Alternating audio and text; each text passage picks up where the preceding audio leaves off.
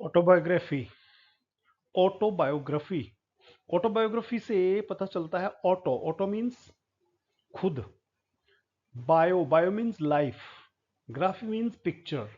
खुद के द्वारा खुद के लाइफ की पेंट की हुई पिक्चर, यानी कि आप अपने जीवन के बारे में आप अपने जीवन के बारे में आप खुद ही बताएं, यानी कि खुद ही लिखें, वो होती है ऑटोबायोग्राफी। बायोग्राफी और ऑटोबायोग्राफी में डिफरेंस ये होता है, जब किसी व्यक्ति के बारे में कोई दूसरा व्यक्ति उसके जीवन के बारे में लिखे वो बायोग्राफी है। ऑटोबायोग्राफी जब व्यक्ति खुद अपने जीवन के बारे में लिखे। An autobiography is a self-written account of a person's own life। व्यक्ति की खुद की जिंदगी का वर्णन जब व्यक्ति खुद ही करे वो है autobiography. The term comes from Greek words autos. ये ग्रीक भाषा से लिया गया शब्द है और ओटोस का मतलब होता है सेल्फ, बायोस का मतलब होता है लाइफ और ग्राफेन का मतलब होता है to write about one's own life is autobiography. It is written in the first person perspective. Point of view क्या रहता है? First person. फर्स्ट पर्सन का मतलब है आई, यानी कि नैरेटर जो होता है वो अपनी कहानी किसी काल्पनिक कैरेक्टर्स के माध्यम से, पर्सोना के माध्यम से व्यक्त नहीं करता है, बल्कि वो हर बार ये बताता है कि मैं यूं था, मेरी जिंदगी यूं थी, मेरे साथ यूं हुआ, मैंने ये किया। खुद पर्सनल प्रोनाउन आई का इस्तेमाल करता है, माई का इस्तेमाल करता है और अपनी जिंदगी की कहानी बताता है। It covers a significant portion और एंटायरिटी ऑफ ऑथर्स लाइफ। और ऑटोबायोग्राफी आमतौर पर किसी भी व्यक्ति के जीवन का एक बहुत बड़ा और बहुत इंपॉर्टेंट पोर्शन कवर करती है। आप कहें कि पूरा का पूरा जीवन कवर क्यों नहीं करती है? देखिए, कोई आदमी अगर 80 साल जीता है तो क्या वो 79 ईयर्स तक वेट करे कि मतलब अब मेरी मौत होने वाली है तो अब मैं लिखूं? ऐसा नहीं हो सकता। और मोरोवर आदमी को नहीं पता होता है कि वो कब मरने वाला है, तो इसलिए उसको जब भी वक्त मिलता है लाइफ के उस पल से पहले जो घटनाएं हुई हैं उनके बारे में वो बता देता है। यानी कि my experiments with truth Mahatma Gandhi ने जैसे जब लिखी थी तो उससे पहले के लाइफ में उनकी जो घटनाएं हुई उनका उन्होंने वर्णन किया था। हालांकि उसके बाद भी वो कई साल जिए। ऐसा हो सकता है कि एक सिग्निफिकेंट पोर्शन के बारे में बताए या अपने पूरी जिंदगी के बारे में बताए, rather than focusing on simple specific event और पीरियड। एक स्पेसिफिक पोर्शन एक स्पेसिफिक पीरियड के बारे में नहीं बताता है, बल्कि तब तक जिए हुए पूरे जीवन के बारे में बताता है। मोर ओवर, इसके अलावा since it relies on author's own memory, क्योंकि देखिए ऑथर खुद बता रहा है तो जो कुछ ऑथर बता रहा है उसके ऊपर हमें डाउट नहीं करना चाहिए, है ना? कोई दूसरा बताए तो हो सकता है कि उस बात को हम मानेंगे सत्य है या नहीं है। जब ऑथर खुद बता रहा है मेरे साथ ये हुआ था तो हमें ऑथर की मेमोरी पर विश्वास करना होता है। It offers a subjective truth.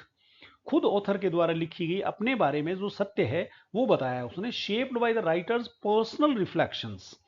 Writer के अपने रिफ्लेक्शंस, जैसे गांधी जी ने अपनी ऑटोबायोग्राफी में कहा है कि मैंने बचपन में झूठ भी बोला, मैंने बचपन में स्मार्ट बन करके और अंग्रेज बनने की भी कोशिश की, मैंने किस तरह के झूठ बोले या मांस खाया, या सब कुछ बताते हैं।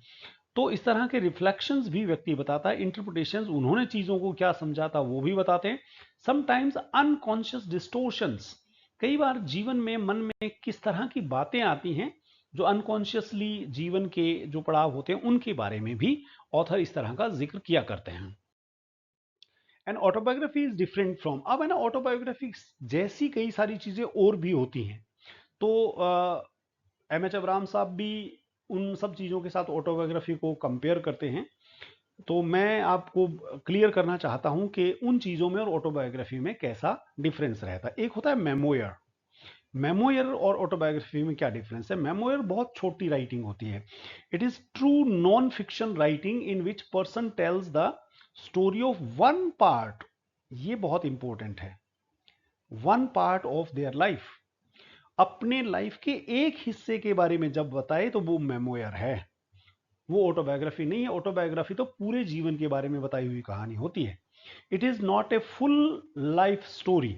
तो डिफरेंस मालूम हो गया होगा कि जहां पर ऑटोबायोग्राफी पूरी बिल्डिंग है, वहां पर मेमोयर एकमात्र दीवार है, एक हिस्सा है, अगर ऑटोबायोग्राफी पूरी बिल्डिंग है तो। ए डायरी, डायरी को जर्नल भी कहते हैं कुछ लोग। तो डायरी या जर्नल, डायरी क्या होती है? बहुत सारे लोग डायरी लिखते हैं क्या हुआ हर रोज यादाश्त रखने के लिए। तो diary is daily personal record, हर रोज किस दिन क्या हुआ, usually not meant for publication, और ये आमतौर पर डायरी पब्लिकेशन के लिए नहीं होती है। द फर्स्ट ग्रेट ऑटोबायोग्राफी वो सेंट ऑगस्टाइन्स कन्फेशन, 4th सेंचुरी, देखिए आप कितना पुराना, 4th सेंचुरी में सेंट ऑगस्टाइन की किताब कन्फेशंस, वो फर्स्ट ऑटोबायोग्राफी थी। मैं इससे पहले डायरी का जिक्र कर रहा था। एक्चुअली मैं डायरी और मेमोयर ऑटोबायोग्राफी से कैसे डिफरेंट होते हैं। डायरी तो डेली का, हर रोज का डिस्क्रिप्शन, कि हर रोज आपने, हर डे का कि आपने क्या किया। ऑटोबायोग्राफी में ऐसा नहीं होता है। मेमोयर एक छोटा सा, इसे एक पर्टिकुलर डे का या पर्टिकुलर घटना का या एक पर्टिकुलर टाइम का, पूरी लाइफ का ना हो करके वो मेमोयर रहता है। तो ऑटोबायोग्राफी की बात हम करें तो कन्फेशंस 4th सेंचुरी की tells story of spiritual struggle, crisis, conversion and discovery of religious purpose. कुछ लोग धर्म संकट में रहते हैं, कौन से धर्म को अपनाएं। तो इस तरह का आध्यात्मिक स्ट्रगल, जीवन का क्राइसिस और धर्म परिवर्तन और अपने आप के बारे में मैं क्या सोचता हूं धर्म के बारे में, उन सब चीजों का कन्फेशन ही ऑटोबायोग्राफी है। Many later Christian autobiographies followed this pattern. Saint Augustine की ऑटोबायोग्राफी को, उस पैटर्न को फॉलो करके बहुत सारे लोगों ने ऑटोबायोग्राफीज लिखी है ना। सच है John Bunyan's grace abounding to the chief of sinners 1666 में, 1666 में जॉन बनियन ने अपनी ऑटोबायोग्राफी लिखी जिसका नाम था grace abounding to the chief of sinners. Some autobiographies describe personal discovery not as religious but as artistic. कुछ ऑटोबायोग्राफीज ऐसी होती हैं कि जरूरी नहीं है कि वो व्यक्ति के रिलीजियस एस्पेक्ट के बारे में हो, वो आर्टिस्टिक भी होती हैं।